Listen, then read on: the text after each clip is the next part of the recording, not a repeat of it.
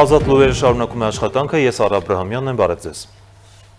Փաշինյանն ու Ալիևը փետրվարի 19-ին կարող են գնալ Միացյալ Նահանգներ։ Ամերիկացի պաշտոնյայի եւ խորհրդի կազմի մեջ մտնող 4 երկրների դիվանագետների տեղեկությունների համաձայն Սպիտակ տունը ծրագրում է փետրվարի 19-ին անցկացնել Գազայի խաղաղության խորհրդի առաջնորդների հանդիպումը, հայտնում է Axios-ը։ Սպիտակ տունը ցանկանում է օգտագործել այս հանդիպումը Գազայում հրադադարի համաձայնագրի երկրորդ փուլի իրականացումն առաջ մղելու եւ դրա վերականգնման համար միջոցներ հավաքագրելու համար։ Ներկայում խորհրդի կազմում ընդգրկված է 27 անդամ, այդ թվում Հայաստանի վարչապետ Փաշինյանը եւ Ադրբեջանի նախագահը։ Տրամպի վարչակազմը սկսել է կապ հաստատել տասնյակ երկրների հետ նրանց առաջնորդներին հրավիրելու եւ լոգիստիկան քննարկելու համար։ Նրանք պլանավորում են հանդիպել Խաղաղության ինստիտուտում, որը Տրամպը վերջերս վերանվանել է իր պատվին։ Մոսկվան պատրաստ է քննարկել Ռուսաստանի հնարավոր մասնակցությունը TRIP նախագծին, հատկապես հաշվի առնելով Ռուսաստանի ու Հայաստանի գործակցությունը երկաթուղային ոլորտի զարգացման գործում։ Այս մասին Ռոսիա 24-ին տված հարցազրույցում հայտարարել է Հայաստանում Ռուսաստանի Դաշնության դեսպան Սերգեյ Կոպիտկինը։ Նա ընդգծել է, որ Ռուսաստանն ուշադիր հետևում է լայնորեն գովազդվող Տրամպի ուղին միջազգային խաղաղության եւ բարգավաճման համար ամերիկա-հայկական նախագծի շուրջ զարգացումներին։ Մենք պատրաստ ենք քննարկել այս նախաձեռնությանը միանալու հնարավորությունը, հաշվի առնելով իթևս այլ բաների Հայաստանի եւ Ռուսաստանի միջև շատ սերտ գործակցությունը, Հայաստանի երկաթուղային հատվածը կոնսենսիոն պայմանագրերի միջոցով աջակցման եւ զարգացման գործում, ասել է նա։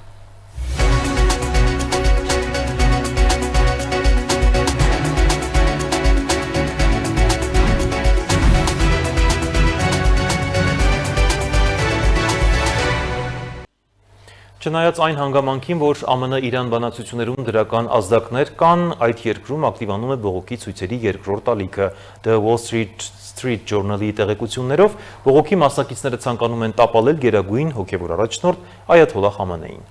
Իրանի Իսլամական Հանրապետության շուրջ ստեղծված իրավիճակը շարունակում է հակասական տպավորություններ թողնել եւ այնտեղից եկող ազդակներն իրարամերժ են։ Չնայած փետրվարի 6-ին Օմանի մայրաքաղաք Մասկատում անցկացված ԱՄՆ-Իրան բանակցություններին եւ գրանցված որոշակի առաջընթացին, որի մասին խոսել է նաեւ ԱՄՆ նախագահ Դոնալդ Թրամփը, նշելով, թե մոտ են միջուկային ծրագրի վերաբերյալ համաձայնագրի կնքմանը, այնուամենայնիվ կառավարության դեմ բողոքի երկրորդ ալիքն է հասունանում։ Առաջին ալիքի կոշտ ճնշման եւ հազարավոր զոհերի պատճառով հանրության շրջանում առաջացած վրդովմունքի հետևանքով։ Այս մասին հայտնում է The Wall Street Journal-ը։ Թերթի տեղեկությունների համաձայն մարդիկ իրենց դժգոհությունն են հայտնում իշխանությունների նկատմամբ, մասնավորապես հուարկավորությունների, հոգեհանգստյան արարողությունների ժամանակ այդ ընտանիքների անդամները հակակառավարական կարգախոսներ են հնչեցնում, դպրոցականները հրաժարվում են հայրենասիրական երգեր երգել։ Բժիշկները հրապարակայնորեն դատապարտում են բողոքի ցույցերի ժամանակ տուժածներին օգնություն ցուցաբերած գործընկերների ձերբակալությունները, իսկ ակտիվիստական խմբերն էլ կոչ են անում տապալել Իրանի գերագույն առաջնորդ Այաթոլլահ Ալի Խամենեիին։ Իրանում իրավիճակը սրվել էր 2025 թվականի դեկտեմբերի վերջին ազգային արժույթի արժեզրկման պատճառով զանգվածային բողոքի ցույցերի ալիքից հետո։ Ցույցերի ընթացքում պաշտոնական տվյալների համաձայն զոհվել է ավելի քան 3000 մարդ։ Նույն թերթի տվյալներով դժգոհությունները հատկապես մեծանում են տարածաշրջանում ԱՄՆ ռազմական ներկայության աճի ֆոնին։ Իրենց հերթին իրանական իշխանությունները ստեղծված բարդ իրավիճակից դուրս գալու երկիրը արտաքին միջամտությունից զերծ պահելու համար հետքայլ են կատարել եւ նստել բանակցությունների սեղանի շուրջ։ Մասկատում տեղի ունեցած բանակցությունները ապագայի առումով Իրանի արտգործնախարար Աբբաս Արաղչին նույնպես դրական է համարում։ Տրամադրությունը լավ էր, երկու կողմերն էլ արտահայտեցին իրենց տեսակետները։ Սա լավ սկիզբ էր։ Գրեթե լիակատար համաձայնություն ձեռք բերվեց բանակցությունները շարունակելու էության վերաբերյալ եւ որոշվեց շարունակել այս գործընթացը, սակայն երբ, ինչպես եւ ինչ ձևով դա տեղի կունենա, կորոշվի հետագա խորհրդակցությունների ժամանակ։ Եվ չնայած նրան, որ ինչպես ԱՄՆ-ն, այնպես էլ Իրանը վերջին բանակցությունները կառուցողական են համարում, այնուամենայնիվ ԱՄՆ-ն ընդլայնել է Իրանի դեմ պատժամիջոցների ցանկը։ Միացյալ Նահանգների ֆինանսական գերատեսչության տվյալների համաձայն պատժամիջոցների ցանկում ներառվել են իրանական եւս 15 ընկերություններ եւ 2 անձինք։ ԱՄՆ-Իրան բանակցությունների ֆոնին ԱՄՆ փոխնախագահ J.D. Vance-ն էլ հայտարարել է, թե իր երկիրը թույլ չի տա Իրանին միջուկային զենք ստանալ։ Ավելին նշել է, թե սպառազինությունների վերահսկման նախկին համակարգը պետք է վերանայել եւ միջուկային զինանոցի կրճատման համար ԱՄՆ-ն պատրաստ է գործակցել մյուս գերտերությունների, այդ թվում Չինաստանի հետ, որը վերջին տարիներին զգալիորեն մեծացրել է իր միջուկային ներուժը։ Մենք կաշխատենք Չինաստանի, Ռուսաստանի եւ ցանկացած այլ երկրի հետ, լինի դա բարեկամական թե մրցակից երկիր, որպեսզի փորձենք կրճատել աշխարհում միջուկային զենքի քանակը։ Միևնույն ժամանակ, եթե Իրանը միջուկային զենք ստանա, գիտեք թե հաջորդը որ երկիրը կլինի Սաուդյան Արաբիան, իսկ հետո Պարսից ծոցի մեկ այլ արաբական պետություն։ Դա կհանգեցնի միջուկային զենքի տարածմանն ամբողջ աշխարհում։ Իդեպ Չինաստանն առայժմ մտադիր չէ մասնակցել միջուկային զենքի վերաբերյալ բանակցություններին։ Ժնևում ՄԱԿ-ի կենտրոնակայանում հայտարարել է այդ երկրի ներկայացուցիչը։ Նրա խոսքով խոշորագույն միջուկային զինանոցներ ունեցող պետությունները պետք է ստանձնեն միջուկային զինաթափման պատասխանատվությունը իրենց զինանոցները կրճատելով այնպես, որ դա հնարավոր լինի ստուգել։ Միացյալ Նահանգներն էլ Ռուսաստանին եւ Ուկրաինային կոչ արել մինչեւ ամառվա սկիզբն ավարտել պատերազմը, այս մասին հայտարարել է Ուկրաինայի նախագահ Վոլոդիմիր Զելենսկին։ Նախագահը հավանական է համարել, որ ամերիկյան կողմը ճնշումներ կգործադրի ժամանակային այդ շրջանակային հետևելու համար։ Ամերիկան Ուկրաինային եւ Ռուսաստանին բանակցային կողմերին առաջին անգամ առաջարկել է հանդիպել Ամերիկայի Միացյալ Նահանգներում, հավանաբար Մայամիում, մեկ շաբաթից։ Մենք հաստատել ենք մեր մասնակցությունը, հավելել է Զելենսկին։ Ռուսաստանի նախագահի մամուլի քարտուղար Դմիտրի Պեսկովն իդեպ հերկել է Վլադիմիր Զելենսկու հայտարարություն այն մասին, թե Ուկրաինայի հարցով հաջորդ բանակցությունները նախատեսվում են անցկացնել ԱՄՆ-ում։ Նման ծրագրեր չկան, այդ մասին խոսք չի եղել, ասել է Կրեմլի ներկայացուցիչը պատասխանելով ՌԻԱ Նովոստի հարցին։ Նա հավելել է, որ հանդիպման հստակ ժամկետը դեռևս որոշված չէ, սակայն այն կկայանա շուտով։ Միջազգային նորությունները տեսաշարով։ Ռուսաստանի քննչական կոմիտեն հայտնել է, որ Անահիտ անձը մի քանի կրակոց է արձակել գլխավոր հետախուզական վարչության գեներալ Վլադիմիր Ալեքսեևի վրա, ապա փախել դեպքի վայրից։ Գեներալի վիճակը գնահատվում է ծանր։ Ալեքսեևը 2023 թվականի ամռանը մասնակցել է ապստամբության ժամանակ Վագների հիմնադիր Եվգենի Պրիգոժինի հետ բանակցություններին։ Լրատվամիջոցները Ալեքսեևին բնութագրել են որպես Ուկրաինայում ռուսական կամավորական կազմավորումների գլխավոր կազմակերպիչներից մեկը։ Ռուսաստանի արտգործնախարար Սերգեյ Լավրովն այդ հարձակման համար մեղադրել է Ուկրաինայի ղեկավարությանը բանակցային գործընթացը խաթարելու համար։ Կիևը որևէ հայտարարություն չի արել Ալեքսեևի դեմ մահափորձի վերաբերյալ։ Եվրամիությունը ներկայացրել է Ռուսաստանի դեմ իր 20-րդ պատժամիջոցների փաթեթը, որը ներառում է ռուսական նավթի ծովային փոխադրման լիակատար արգելք, ստվերային նավատորմի դեմ ընդլայնված պատժամիջոցներ եւ ֆինանսական ծառայությունների եւ առևտրի նկատմամբ միջոցառումներ։ Բացի այդ, նախատեսվում են մետաղների, քիմիական նյութերի եւ կարևորագույն հանքանյութերի ներմուծման համար նոր արգելքներ, որոնք դեռևս պատժամիջոցների տակ չեն հայտնվել եւ որոնց արժեքը գերազանցում է 570 միլիոն եվրոն։ Այդ միջոցառումների ընդունումը սպասվում է փետրվարի 24-ին։ Կանադան եւ Ֆրանսիան հյուպատոսություններ են բացում Գրենլանդիայում։ Նշվում է, որ այդ երկրների դիվանագիտական առաքելությունների բացումը կղզու համար պատմական իրադարձություն է, միջազգային գործակցության նշանակալի ընդլայնում։ Մինչև այդ Գրենլանդիայի տարածքում կային միայն Իսլանդիայի եւ Միացյալ Նահանգների հյուպատոսություններ։ Իրանն այժմ ավելի շատ է պատրաստ համաձայնության գալ Միացյալ Նահանգների հետ, կարծում է Միացյալ Նահանգների նախագահ Դոնալդ Թրամփը։ Նրանք ավելի շատ են պատրաստ գործել, քան 1.5 տարի առաջ կամ նույնիսկ 1 տարի առաջ, ասել է նա լրագրողներին մեկնաբանելով Վաշինգտոնի եւ Թեհրանի միջև համաձայնագրի հեռանկարները։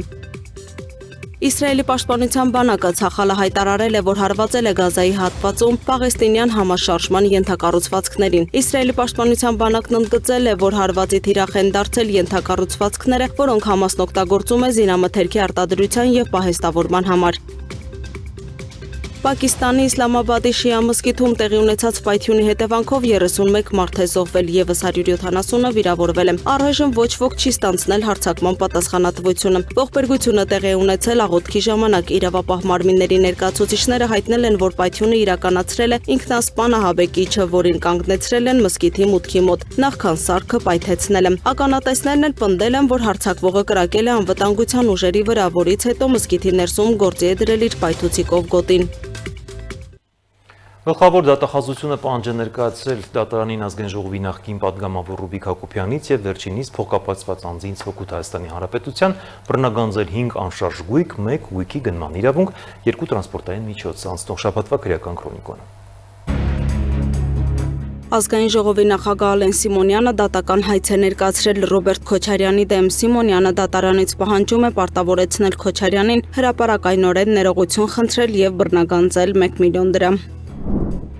Արտակարգ դեպք Երևանում ընտանիքի 3 անդամները, որոնցից 2-ն անչափահասներ են, մարմնական վնասվածքներով տեղափոխվել են Սուրբ Աստվածամայր բժշկական կենտրոն։ Պարզվել է, որ բուժօգնության տեղափոխվածներն են 2-ամյա ԳԳ-ն ձախ ուսահոդի ապակու կտրած վերկախտորոշմամբ, 3-ամյա ԱԳ-ն աչոտնաթաթի կտրած վերկախտորոշմամբ եւ 32-ամյա Քրիստինե Բ-ն աչոտնաթաթի ու աչ ձեռքի ապակու կտրած վերկախտորոշմամբ։ Շենգավիթի համայնքային ոստիկանները պարզել են, որ վիրավորները մարմնական վնասվածքները ստացել են իրենց տան լոգարանում լոգանք ընդունելու ժամանակ լոգախցիկի դռան ապակին կոտրվելու եւ վերջիններից վրա ընկնելու հետևանքով։ Դեպքի փաստով փաստաթղթեր են կազմվել եւ փոխանցվել Հայաստանի քննչական կոմիտե։ Ապամոնտաժվել են նախկին ոստիկանապետ Վլադիմիր Գասպարյանի Սևանի առանձնատան ապօրինի շինությունները։ Ապամոնտաժումն արվում է ի կատարումն դատախազության միջնորդագրի։ Իրավապահները փաստել են, որ նույն տարածքում Վլադիմիր Գասպարյանից բացի ապօրինի կառույցներ ունեն նաև ֆուտբոլի ֆեդերացիայի նախկին նախագահ Ռուբեն Հայրապետյանը, պաշտպանության նախկին նախարար Սերյան Օհանյանը եւ այլք։ Գլխավոր դատախազության ապօրինի ծագում ունեցող գույքի բռնականցման գործերով վարչությունը պահանջ է ներկայացրել դատարանին Հայաստանի պաշտպանության նախարարի նախկին տեղակալ ազգային ժողովի նախկին падգամավոր Արթուր Աղաբեկյանից եւ նրան փոխկապակցված անձանցից հօգուտ Հայաստանի Հանրապետության բռնականցել 3 անշարժ գույք։ Երևանի կենտրոն վարչական շրջանում գտնվող 4 անշարժ գույքի գնման իրավունք, 1 անշարժ գույքի ներկայիս շուկայական արժեքը, 3 տրանսպորտային միջոց, 4 իրավաբանական անձանցում մասնակցություն, 27 միլիոն 597,000 դրամ, որպես ապօրինի դրամական միջոցների մնացորդ, 8 միլիոն դրամ, որը չի հիմնավորվում անձի օրինական եկամուտներով, ունի ապօրինի ծագում, փոխանցվել է բարեխիղճ ձեռքբերողի կամ հնարավոր չէ նույնականացնել եւ բռնագանձել։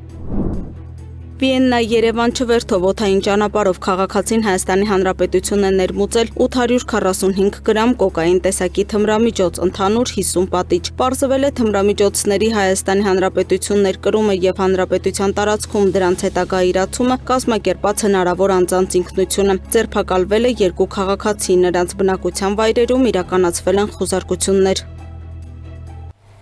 Երևանում տեղի է ունեցել էպիլեպսիայի նվիրված համաժողով, որին մասնակցում էր նաև առողջապահության նախարար Անահիտ Ավանեսյանը։ Համաժողովում մասնագետներն անդրադարձել են հիվանդությամբ ապրող երեխաների բուժման, սոցիալական աջակցության եւ հասարակության մեջ նրանց լիարժեք ներառման խնդիրներին։ Նախարարն իր ելույթում նշել է, որ էպիլեպսիայով երեխաների բուժումը եւ նրանց կյանքի որակի ապահովումը պետական քաղաքականության առաջնահերթություններից են։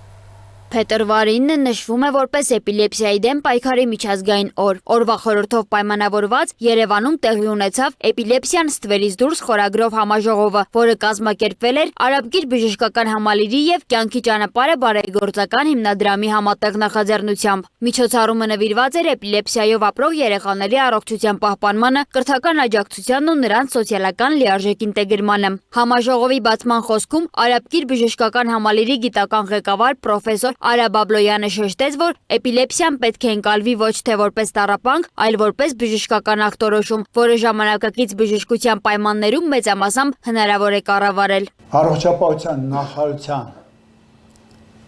ոչ միայն աջակցությամբ, այլ ուղղորդմամբ կարելի ասել։ Մենք արդեն անցնում ենք մի փուլ, երբ որ 2003-ին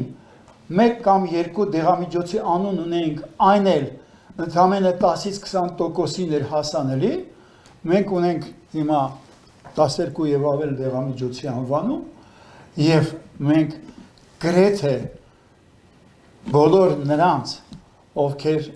դեղամիջոցով կարող են արդեն կառավարվեն, նրանք ապահովված են։ Պրոֆեսոր Բաբլոյանը կարևորեց նաև պետական կառույցների եւ հասարակական կազմակերպությունների գործակցությունը, ընդգծելով, որ առանց առողջապահության նախարարության աջակցության հնարավոր չէ լինի հասնել այն արդյունքին, որին արդեն հասել են վերջին տարիների ընթացքում։ Տիկին նախարար, ուզում եմ հատուկ շնորհակալություն հայտնեմ, որ մենք ձեր աջակցությամբ ի վերջո կարողացանք հասնել նրան, որ եթե կարճատես անձնավորությունը ուղղակի ակնոց է դնում եւ այլ խնդիր չունի, նույնպես էպիլեպսիայով երեխան ուղղակի դեղամիջոց է ստանում եւ խնդիր չունի։ Ի տարբերություն կներեք կարճատեսին, որի ակնոցը երևում է, հետագայում ինքը ունի հնարավորություն լինզա դնելու, ինքը ավելի նման է լինզայով անձնավորությանը, որ նույնիսկ արտաքինից եւ ոչինչով չերևում, որ ինքը ունի այդ ախտորոշումը։ Առողջապահության նախարար Անահիտ Ավանեսյանն իր ելույթում նշեց, որ էպիլեպսիայով երեխաների բուժումն ու նրանց կյանքի որակի ապահովումը պետական քաղաքականության առաջնահերթություններից է։ Մենք չենք բավարարվում իհարկե դեղորայքային բուժմամբ եւ հաջորդիվ նաև նոր տեխնոլոգիական հնարավորություններով մենք ուրախ ենք եւ այս հնարավորություններ պիտի անենք ամեն ինչ, որ մեր երեխաների համար ապահովի կայուն վիճակ եւ նրանք հնարավորություն ունենան եւս եթե դեղորայքով չի կառավարվում հիվանդությունը եւս ցնցումներից զերծ լինեն։ Այո, ծառայությունը բավական թանկարժեք է, բայց մեզ համար ամեն երեխայի կյանքն էլ, նրա կենսակերպը, նրա լիարժեք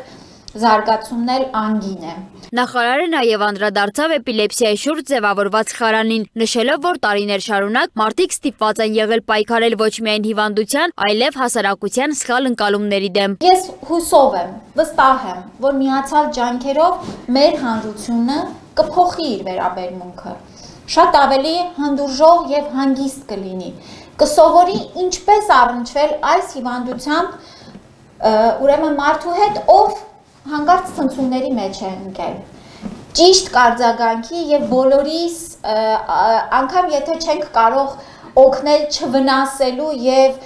հավելյալ հոգեբանական ճնշում չգործադրելու հատվածը կարծում եմ շատ կարևոր է։ Մոր եւ մանկան առողջության պահպանման վարչության պետ Նունե Փաշայանը ներկայացրեց ոլորտում իրականացվող պետական քաղաքականությունն ու ձեռքբերումները, նշելով, որ էպիլեպսիայով երեխաների բուժումը Հայաստանում մշտապես գտնվել է պետության ուշադրության կենտրոնում։ Պետությունը հոգացություն է ցուցաբերում ոչ միայն հիվանդանոցային բուժման, այլև բոլոր անհրաժեշտ հետազոտությունների, դիսպանսերային հսկողության եւ դեղորայքային ապահովման ուղղությամբ։ Բացի այդ 2016 թվականից Հայաստանում ներդրվել է էպիլեպսիայի վիրահատական բուժումը։ 2023 թվականից մինչ այսօր առողջապահության նախարարի կողմից ստորագրվել է 47 հրաման էպիլեպսիայի վիրահատության, այսինքն այս բոլոր երեխաների վիրահատությունները իրականացել են ամբողջությամբ անվճար ու ասեմ, որ արդյունքները բավականին գոհացուցիչ են, գրեթե 90% երեխաներ, սա այն դեպքերն են, սա դժվար կառավարելի դեպքերն են, դեղորայքային բուժման դժվար կառավարելի դեպքերն են եւ 90% դեպքերում այս երեխաները զերծ են ցնցումներից։ Բանախոսները շեշտեցին, որ էպիլեպսիան վարակիչ չէ եւ հիվանդության շուրջ ձևավորված հանրային կարծիքը հաճախ ավելի ծանր հետևանքներ է ունենում, քան ախտորոշումը։ Սոնա Գիշյան, Տիգրան Ղազարյան, Free News, Ազատ լուրեր։ Այսքան այս ժամի համար կհանդիպենք։